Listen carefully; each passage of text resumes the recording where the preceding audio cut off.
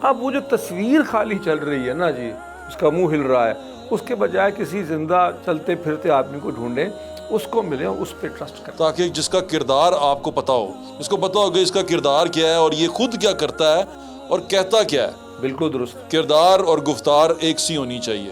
اچھا حضرت، ہم نے کیونکہ ہم موسٹلی لوگوں سے بات کرتے ہیں، آج کل تو ہم فقوں میں بہت زیادہ بٹ گئے ہیں، ہم الگ الگ ہو گئے ہیں، ہم ایک چیز پہ ایک رسی، جو کہ اللہ تعالیٰ نے فرمایا کہ رسی کو مضبوطی سے تھامے رکھو، قرآن پاک میں کہہ دیا کہ میری رسی کو مضبوطی سے تھامے رکھو، تو فرقے میں نہ پڑو۔ اب جب قرآن پاک میں اللہ تعالیٰ نے ایک واضح حکم دے دیا، ہم بٹ کیوں جاتے ہیں؟ دیکھیے، بٹنے کے سے کوئی فرق پڑتا نہیں ہے۔ ایک گھر میں ہیں، دو بھائی ہیں، آپ میرے بھائی جیسے ہیں، جیسے آپ میرے بھائی چھوٹے، میں نے سفید پہنا ہوا ہے، آپ نے ڈارک کلر پہنا ہوا ہے، یہ تو بٹنا نہ ہوا۔ حالانکہ بالکل فرق ہے، آپ نے ڈارک ہیں، میں وائٹ میں ہوں، بالکل الٹ رنگ ہیں ہم دونوں کے پسند کے، لیکن مسئلہ وہاں شروع ہوگا جب میں آپ سے اس بات کو اٹھا کے لڑنا شروع کر دوں گا۔ لڑائی نہیں کسی سے کرنی چاہیے، جھگڑا نہیں کرنا چاہیے، ہر ایک کو حق ہے۔ دیکھیے، کسی نے، آپ جانتے ہیں کہ اللہ تعالیٰ نے کسی کو مجبوراً مسلمان کبھی کیا، تو پھر آپ کیوں کر رہے ہیں؟ ٹھیک ہے، تو میں آپ کو ایک فارمولہ ہم نے طے کیا تھا کہ ہم آسان فارمولہ دیا کریں۔ بالکل ٹھیک ہے، آسان تاکہ لوگ سمجھ سکیں۔ آسان فارمولہ، اپنا چھوڑو مت، کسی کا چھیڑو مت۔ واہ واہ، اور فتنے سے بچنے کا بھی طریقہ یہی ہے، اپنا چھوڑو مت، کسی کا چھیڑو مت، اور جہاں سے اچھی بات سننے کو ملے وہ پکڑ لو۔ بالکل درست، بالکل ٹھیک ہے۔ اچھا، ایک تو نشانی ہو گئی کہ جب فتنہ ہے وہ پھیلے گا، اور فتنہ آپ نے بتا دیا کہ مس انفارمیشن اس کا سب سے بڑی وجہ ہے۔ دوسری نشانی بتائیں۔ ایک اور بڑی نشانی یہ ہے کہ لوگوں کے اندر دین سے دوری اور لاپرواہی شروع ہو جائے گی، یعنی کہ لوگ حرام کی کمائی کھا رہے ہیں یا حلال کی کمائی کھا رہے ہیں، اس کو بالکل یعنی کہ نظر انداز کرنا شروع کر دیں گے، یعنی کہ یہ سوال ہی اٹھے گا کہ آخر حلال ہے یا حرام۔ یہ بہت خطرناک چیز ہے، کیونکہ دیکھیں، جب حرام پہ پلے گا ایک شخص، کتنی خطرناک بات ہے۔ میں چھوٹی سی حدیث سنا دیتا ہوں اس بارے میں۔ حضور اکرم صلی اللہ علیہ وسلم نے فرمایا کہ قیامت کے علاوہ یہ بات سمجھانے کے لیے کہ ایک شخص کعبے کے اندر آئے گا، حرم میں یعنی کہ، اور کعبے کی دیوار سے لپٹا ہوگا، مٹی ہوگا، دور سے چل کے آئے گا، اور اس دیوار کے ساتھ لپٹ کے دعائیں مانگے گا، یا رب یا رب۔ تو آپ نے فرمایا کہ لیکن کوئی دعا قبول کیسے ہوگی اس کی؟ اس نے جو کھایا ہے وہ حرام ہے، جو اس نے پہنا ہے وہ حرام ہے، ایسے دعائیں قبول نہیں ہوتی۔ تو دین سے دوری، اور اس کی ایک وجہ، ایک اس سبب اس کا یہ ہے کہ لوگ نہیں سوچیں گے، حدیث شریف میں آتا ہے کہ حرام کھا رہے ہیں یا حلال کھا رہے ہیں، یا حرام کام کر رہے ہیں یا حلال کام میں ان کو تمیز ختم ہو جائے گی۔ اور حضرت آپ اپنے ارد گرد دیکھیں، میرے سننے والے بھی دیکھیں، اپنے ارد گرد نظر دوڑائیں، اپنے گریبانوں میں جھانکیں، اور پھر جب وہ کہتے ہیں نا دعا نہیں سنی جاتی، سر حضرت دعا سنی جاتی ہے، دعا قبول ہوتی ہے، میں اس کا پرسنل ایکسپیرینس کر چکا ہوں کہ دعائیں قبول ہوتی ہیں، لیکن جب لوگ کہتے ہیں نہیں ہوتی، تو اس کا مطلب ان کو اپنے گریبان میں جھانکنا چاہیے کہ کہیں کوئی کمی رہ گئی ہے، وہ حق ہے اور وہ وہاں موجود ہے تمہاری دعا سننے کے لیے، تم میں کوئی کمی رہ گئی ہے، اور وہ کمی ڈھونڈنی چاہیے ہمیں کہ کہیں ہم حرام تو نہیں کھا رہے۔ ایسا ہی ہے نا حضرت؟ بڑی زبردست آپ نے بات کی ہے، تھوڑا سا اس میں اضافہ کر دوں؟ جی اب ضرور۔ بات چلیے دعاؤں کی۔ دیکھیے، دعا کرنی چاہیے اپنے رب سے، بے شک، ٹھیک ہے، ڈیمانڈ نہیں کرنی چاہیے، ہاں، ڈیمانڈ نہ کرے، یعنی قدرت پہ چھوڑا۔ ہاں، ایک عرضی دے دی ہے۔ وہ جو سب سے زیادہ محبت ہم سے کرتا ہے، اس کو پتا ہے کہ وہ دینا ہے، کچھ اور دینا ہے، ٹھہر کے دینا ہے۔ حدیث میں آتا ہے کہ جو باتیں یا فرمائشیں دعاؤں میں اللہ نے پوری نہیں کی، وہ اللہ تعالیٰ اپنے پاس جمع کر رہا ہے، بے شک، اور قیامت کے دن وہ جو جمع شدہ ہوں گی چیزیں، ان کے بدلے میں بندے کو اتنا کچھ ملنے والا ہے کہ وہ کہے گا کہ کوئی کاش بات پوری نہ ہوتی۔ واہ واہ۔ تو اس لیے کبھی بھی مایوس نہیں ہونا چاہیے۔ اور اللہ تعالیٰ نے یہ بھی حضرت کہہ دیا ہے کہ سب سے بہترین دعا ہے ربنا آتینا فی الدنیا حسنۃ وفی الآخرۃ حسنۃ وقنا عذاب النار۔ یہ سب سے بہترین دعا اللہ تعالیٰ نے کہا کہ مومنین کے منہ پہ ایسے ہی حضرت میری یہ نشانی میں سے ایک نشانی ہے کہ یہ دعا سب سے بہترین ہے۔ اچھا تو تیسری نشانی کیا ہوگی؟ ایک نشانی بڑی ہے دجال کا آنا۔ ہاں، یہ بڑا اہم ہے، کیونکہ ہم میں سے موسٹلی ایسے ہیں کہ ہر کسی کو دجال نظر آ رہا ہوتا ہے، کیونکہ موسٹلی ایکسپیرینس جو ان سے میں نے یوٹیوب والی بات جو آپ کر رہے ہیں، وہ یوٹیوب پہ دجال لا چکے ہوئے ہیں، وہ کہہ رہے ہیں دجال آ گیا ہوا ہے کہیں پہ نا, دجال کام شروع کر چکا. مختلف لوگوں نے نا لوگوں کو گمراہ کرنے کا طریقہ بنا لیا ہوا ہے, وہ کہیں نہ کہیں کچھ نہ کچھ چھوڑتے رہتے ہیں ویوز بڑھانے کے لیے. دجال کا فتنہ اصل میں ہے کیا اور یہ کیسے ظہور ہوگا اس کا؟ دجال کے بارے میں احادیث صحیحہ میں جو آتا ہے وہ تو یہ ہے کہ وہ ایک یہودیوں کا بادشاہ ہوگا. مطلب میں آپ کو جو مین پوائنٹس ہیں جی, اور اس کی حکومت بہت پاورفل ہوگی, وہ پوری دنیا پہ حکومت کرے گا, حکومت کرے گا. اور اس کی پاورز کو دیکھیں کہ وہ آج کل ہم کہتے ہیں نا کہ چیزیں سمجھ میں اب آتی ہیں جو پرانی لکھی ہوئی ہیں کہ کچھ ہی لمحوں میں وہ پوری دنیا کا چکر لگا لے گا, لگا رہا ہے. اب یہ 1000 سال پہلے تو بات سمجھ نہ آتی, آج تو کوئی بات نہیں, لگا سکتا ہے. وہ بولے گا تو اس کی آواز ہر کونے میں جہاں کے سنائی دے گی. اب وہ تیاری ہو رہی ہے نا اس کے آنے کی. بالکل ہو رہی ہے حضرت, بالکل ہو رہی ہے.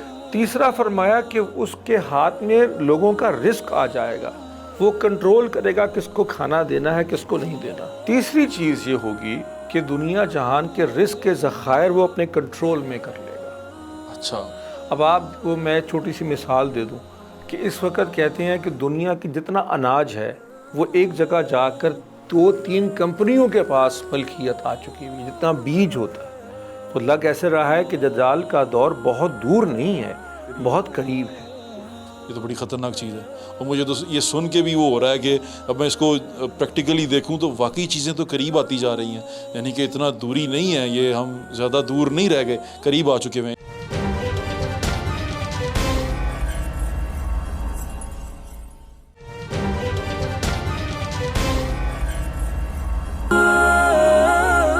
دجال سے پہلے بھی کچھ ایسی نشانیاں ہیں جو آئیں گی جو دجال سے پہلے اس کی نشاندہی کریں گی؟ اس کی تیاریاں ہیں جی بہت سے, جو اس کا ہم دیکھ رہے ہیں کہ اس کا آنا جو ہے وہ تیاری ہو رہی, کیونکہ اس کے پاس زندگی اور موت کا بظاہر اختیار ہوگا. جی, اصل میں تو یہ دھوکہ ہوگا. یہ بڑی ضروری بات ہے کیونکہ ہمارے ویورز ڈر نہ جائیں کہ کتنی پاورفل چیز آنے والی ہے. دجال اصل میں دھوکے کا نام ہے. وہ لگے گا یہی کہ اس کے کنٹرول میں چیزیں ہیں, لیکن وہ دھوکہ ہوگا. لیکن اللہ کا کنٹرول کہیں کم نہیں ہونے والا. بے شک. وہ لگے گا کہ جیسے کہ وہ جس کو چاہے زندہ کر دے مردہ کر دے.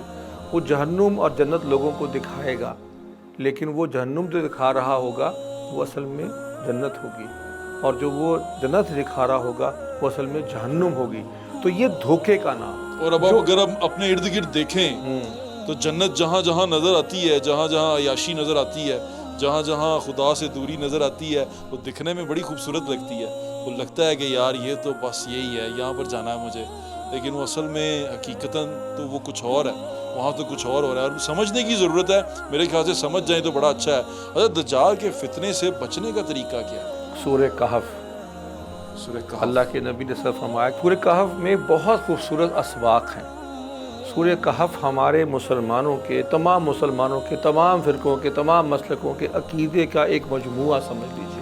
ایک شارٹ سمریز ہیں اس کے اندر. وہ جو شخص ہر جمعے کو پڑھے گا, خاص طور پر اس کا آخری رکوع پڑھے گا, تو اس چیز کو پڑھنے سے اس کا ذہن کلیئر رہے گا اور وہ دجال کے دھوکے میں نہیں آئے گا. حضرت اس کا کچھ ہمیں کرکس تو بتائیں تاکہ دیکھنے سننے والوں کے لیے تھوڑی آسانی ہو جائے, کیونکہ مجھے پتا ہے ہم عربی نہیں سمجھتے, ہماری یہ کم عقلی ہے کہ ہم اس کا ترجمہ نہیں سمجھ پاتے.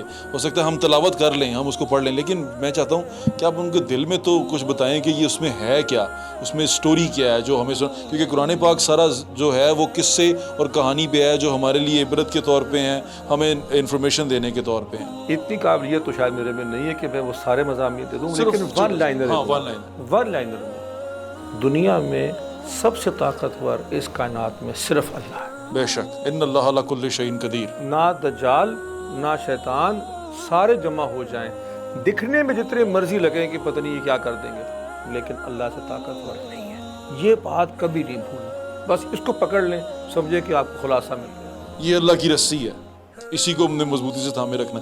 حضرت ایمان کہیں پہ جا کے ڈول جاتا ہے, ڈگمگا جاتا ہے. یہ میں کمزوری ہے اس کی بات کر رہا ہوں قلب کی, کہ کئی جگہ پہ جا کے نا انسان کہتا ہے چل اے کر لے, اے ہن کر لے, مجبوری ہی ہے, اے کرنا پہ رہا سانو, اے ہم ہٹ جاتے ہیں کہیں اپنی اس چیز سے, جس طرح دھوکہ کھا جاتے ہیں. مضبوط دل کیسے کریں؟